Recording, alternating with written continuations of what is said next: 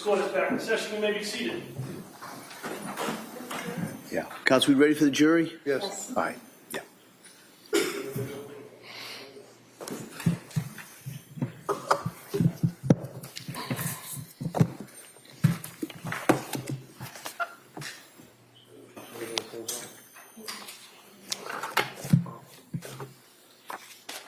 Oh, I see.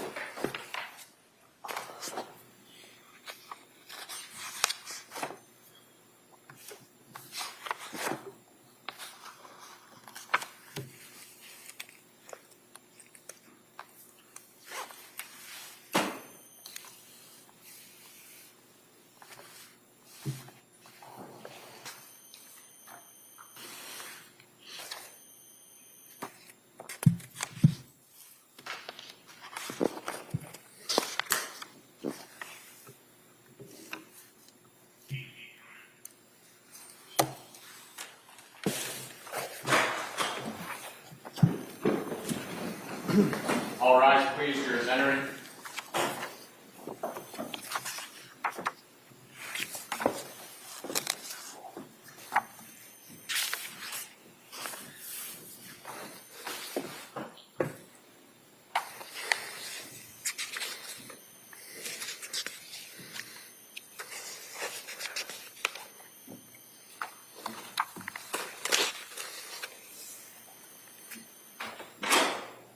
Court is back in session. You may be seated.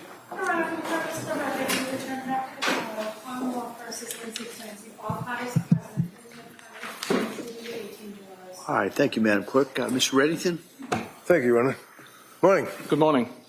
Mr. Whiffen, just a couple of things. One of the takeaways or question that I had is that you were talking about, in reference to the Apple Health data, fair to say that there's an issue as to the accuracy or reliability of the Apple Health data.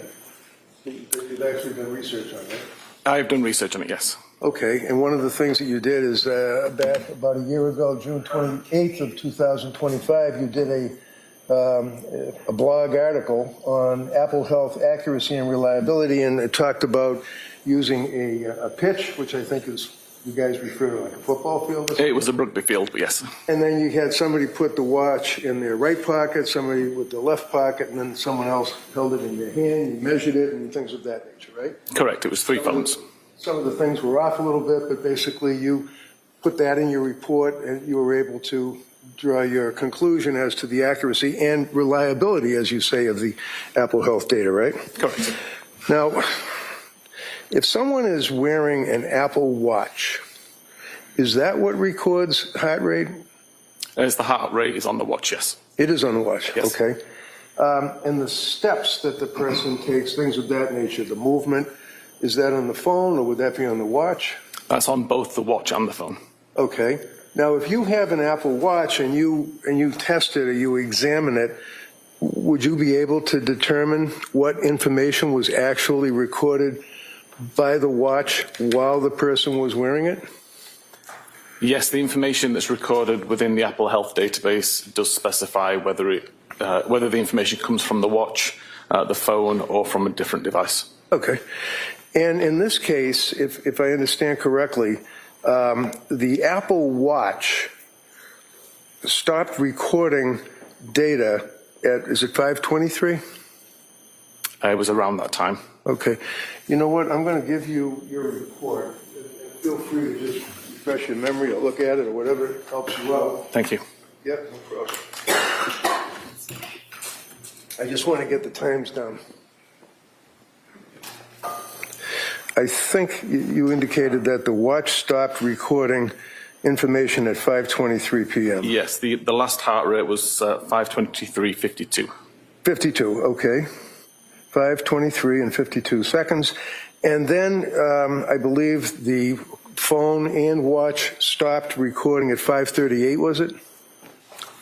The last usage of the, let me double check this. I believe the last usage of the phone to record flight climb data was at 5:38, yes. All right, and after 5:38, it's pretty much blackout. There's no further information or recording, right? Yes, not until like the phone was seized by police, I believe. By the But police. there's other activity, but appeared to be after the incident. So the further activity would have been the following morning on the 25th of January, say around 5:30, 6 o'clock in the morning? I ended my analysis on the 24th. Okay. Well, so 5:23 p.m., the watch stops recording information. 5:38 p.m., both the watch and the phone stopped recording any information until the police picked up the phone apparently the following day, right? Again, there would have been activity later on, but it wasn't usage, it wasn't health data. It would have been things like incoming calls, if Okay, there so were any. when you went through the stair climbing and talked about the steps that were taken, the distance that was taken, that stopped at 5:38 p.m., right? Correct.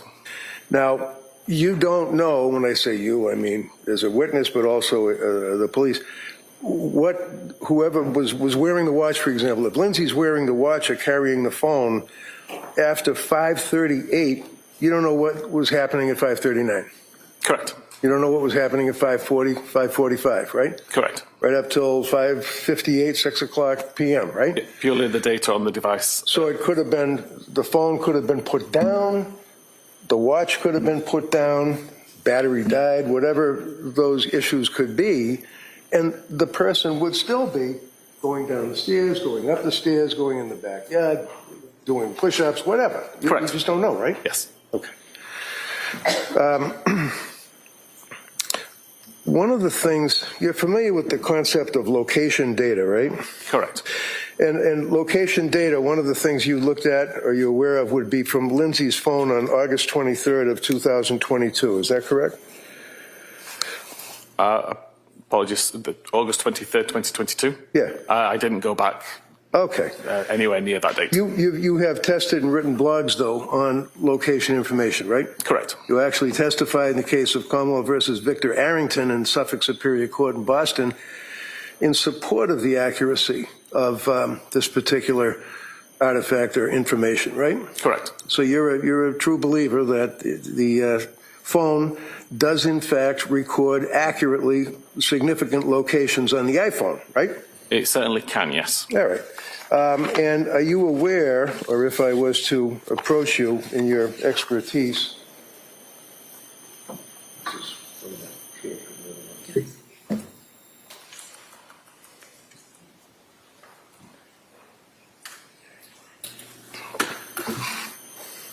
it's just a doctor's.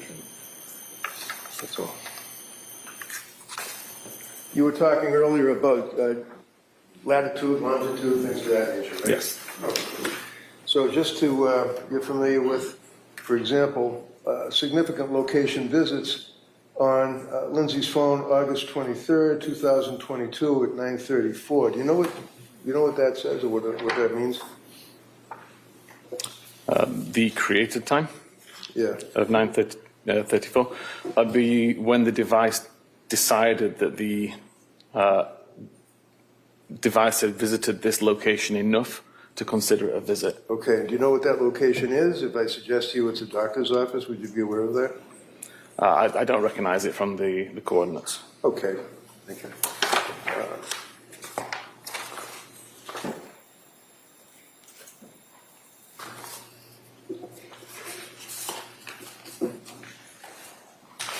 This here you're familiar with too as well, right? The geo data with the latitude and the longitude? Yes.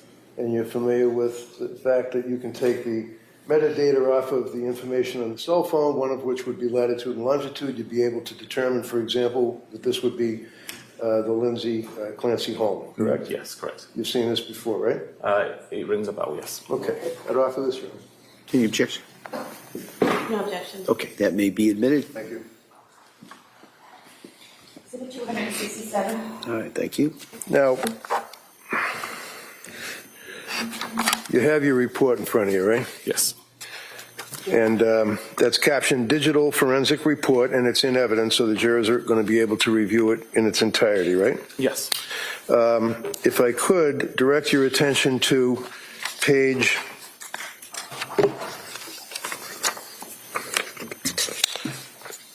11, I believe. Yeah, page 11.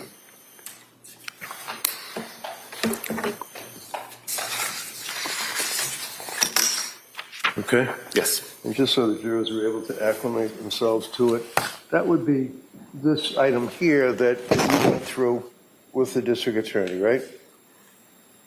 As far as the... Right back to the trial. So I want to do first, ask you those questions since we had a long break, and then talk a little bit about the schedule and kind of today's schedule and kind of where we go from here. So first question, as you know, has any member of the jury read, seen, heard, or overheard anything from any source about any aspect of this case that would affect your ability to be a fair and impartial juror? All right. Next question, is there any other serious matter or concern bearing on your service as a juror in this case that anybody needs to bring to my attention at this time? Again, thank you so much for following those instructions. Today's schedule is that it may be kind of a little bit stop and start. Okay, so kind of bear with us on that. Might be a couple times you got to take a break just after a short amount of time, and then we'll bring you back in. It's just the nature of cases at this point. It's anticipated that the Commonwealth will close their portion of the evidence today. All right.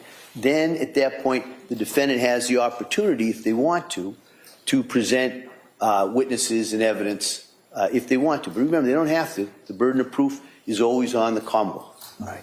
If the defendant offers evidence, then the Commonwealth is then given the opportunity to offer rebuttal evidence.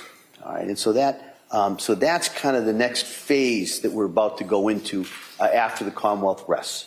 And I'll go into a little bit more kind of how that goes, but I just kind of wanted you to kind of see where we are and where everything's going to fit procedurally as we go forward from here. So with that, we're going to return to the Commonwealth's case, and Attorney Sprague. Thank you, Your Honor. Commonwealth calls Ian Whiffen.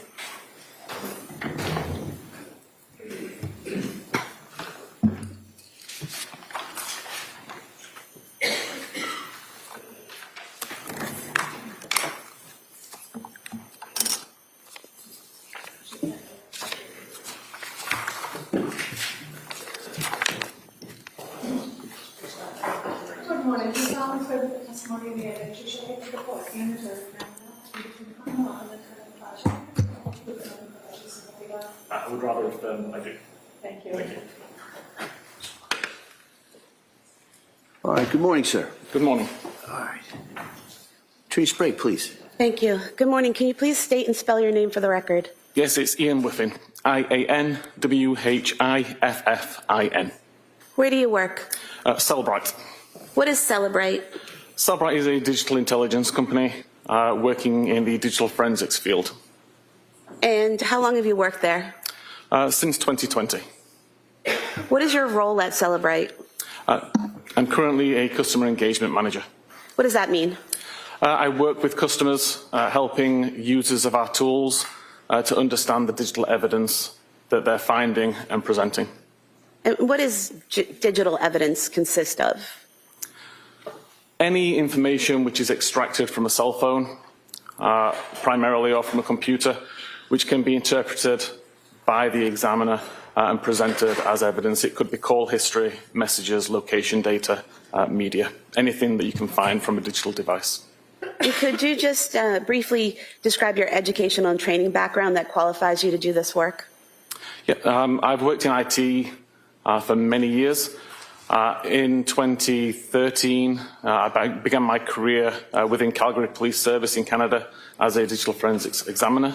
That was after spending approximately 9 or 10 years working as a patrol officer in the UK and in Canada. As part of my role as a digital forensics examiner within the Calgary Police, I went on numerous training courses. The Canadian Police College, they did an introductory course into digital forensics. and then further courses focusing on mobile data provided by some vendors, such as Blacklight or Cellbrite at the time, as well as further courses presented by the Canadian Police College, specifically about cell phones. And Cellbrite, the software produced by Cellbrite, is that software used to extract and analyze data from cell phones and computers? Yes, there are several tools within our catalog. One of them is designed to extract as much data as possible from a cell phone. And then one of the other tools is designed to take that extracted data, decode it, decrypt it, make sense of it, and provide it to the user in a way which can be searched, filtered, organized, reported, and presented. Does Cellbrite's ability to access cell phone data continually change based on improvements that are done to the phones themselves? Yes, there's constantly changes being made to devices which make it difficult to extract the data. There are changes being made to the software that means that the data that we extract is now different to the data that we extracted previously. A new feature, for example, or a change that's made by the software developer. So we're constantly changing our software to be able to extract that data and to decode more data. Were you asked to locate Apple Health data and other information that could be relevant to the investigation of an incident that occurred at 47 Summer Street in Duxbury on January 24th, 2023? I was, yes. And what is Apple Health data? Apple Health is a component of the iOS operating system which logs sensor data from multiple locations. So there's sensors built within an iPhone that monitor steps taken, flights climbed, for example, as well as third-party devices, Apple Watches, Fitbits, any other device like that. All the information is brought into the Apple Health application, aggregated, and made available for the user to see. Roughly how many phone extractions have you done? Since around 2013, well over 1,000 phones. And how many times have you done analysis on phone extractions? The analysis is part and parcel. So of those 1,000 phones or so which I've extracted, I've done analysis on all of those phones as well. And then you've also done analysis on extractions, like in this case where someone else did the extraction and provided the information to you and you did the analysis? Correct, yeah. Whenever I'm helping customers or users of our tools, they may provide me with the extracted data. So the data which I'm analyzing is more than the devices I've extracted.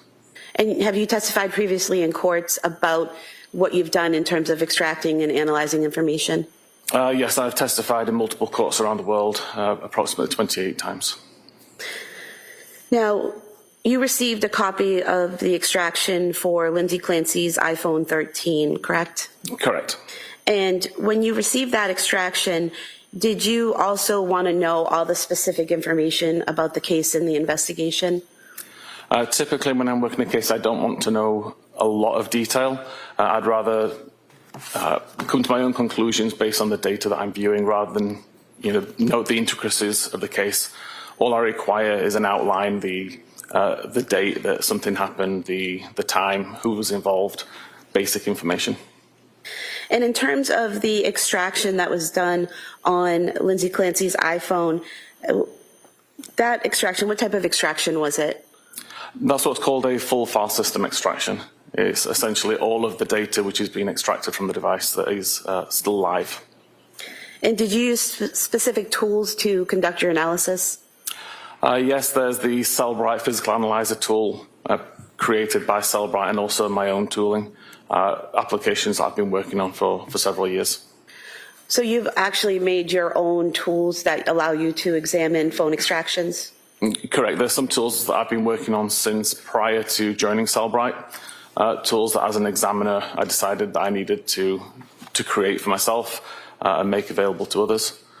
And I still use those tools to this day. And these tools that you used, are those the tools that allow you to examine and categorize the information, the data that you find in the extraction? Yes, the primary point of the tool is to go into the data, decode it, provide it in a way which is easy to filter and search, but also additional tools there that allow you to dig into the data and look at the raw information, the databases, the files, all of the raw information, which is what our tools initially decode. And did you focus in on a particular time frame when looking at the data on the defendant's iPhone? Primarily, I knew that the date of the incident was 24th of January 2023, so that was the main focus of my analysis. But some of the data I was aware could be from further afield than that, so I took a look of, I think it was around 3 weeks before that, so early January to late January. Were you able to look at the health data on January 24th, 2023 that was in the defendant's phone extraction? I was, yes. And what is health data? And how does it show up on a phone? The user of the phone would be able to access the health data via the health application, where the information is broken down to explain how many steps have been taken over a particular period of time, the approximate distance that was travelled, the number of stair flights that were climbed. That data is stored on the device itself in a database. So as a forensic examiner, I can take a look at that database in its raw form, and understand exactly where that information is coming from, and present it to the user of our forensic tools in a slightly more forensic-friendly method than the user of the application on the phone would see. Showing you on the screen here, page 4 of your report. Looking here, we have a section here, heart rate data, is that correct? Correct. And you're able to see here, what can you tell about the heart rate data from the extraction? So heart rate data comes from wearing an Apple Watch or a similar device, not from the phone itself. In the case of this phone, there was an Apple Watch paired to the device, and all of the heart rate data, which is recorded periodically throughout the day, is stored within the health database. And what was the name associated with the Apple Watch? So as it says in the third paragraph down, the Apple Watch itself was called Lindsay's Apple Watch. And here in the report, you're able to show the recorded heart rates throughout the day. How is the heart rate recorded and sent to the phone? There are sensors on the Apple Watch itself on the rear, which periodically check the heart rate at any given time, and that information is sent to the phone via Bluetooth.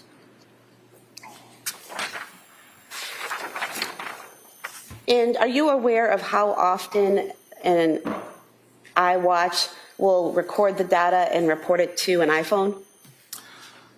The actual cadence at which the watch is checking would depend on what the user's doing. So if you were in the middle of a workout, it would be a lot more consistent than just periodically throughout the day. And I actually don't know how often it is throughout the day. If you're not doing any particular workout, there doesn't seem to be a set cadence. Every device I've looked at, it's slightly different. I'm showing you page 5 of your report, this database of the heart rates.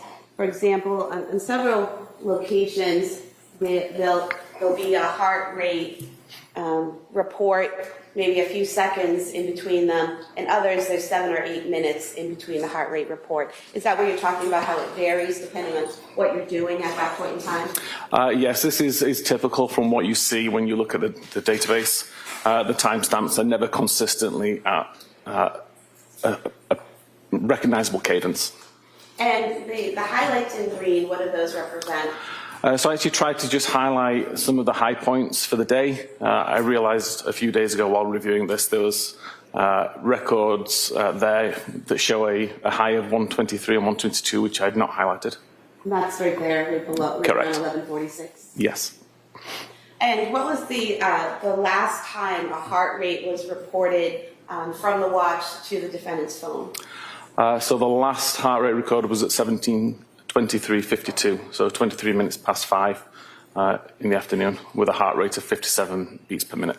What was the average heart rate for the day for the defendant's phone? There was a range of heart rates going between as low as I believe around 50 and as high as around 122. On average, it was around high 80s, early 90s. And so at 5:23 p.m., the last recording of her heart rate was 57? Correct. And there aren't any further heart rates reported to the phone after that point, correct? That's correct. And what are some of the reasons why a watch would no longer be reporting a heart rate to the phone? If the watch was taken off, if the watch was turned off. If the battery died? The battery was dead, yes. Okay.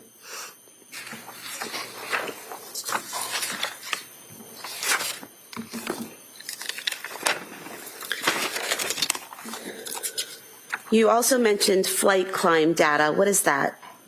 Flight climb is information which the Apple Health application stores every time it detects that you walk up a flight of stairs. So a flight of stairs would be considered either a 3-meter or 10-foot incline at over 16 steps.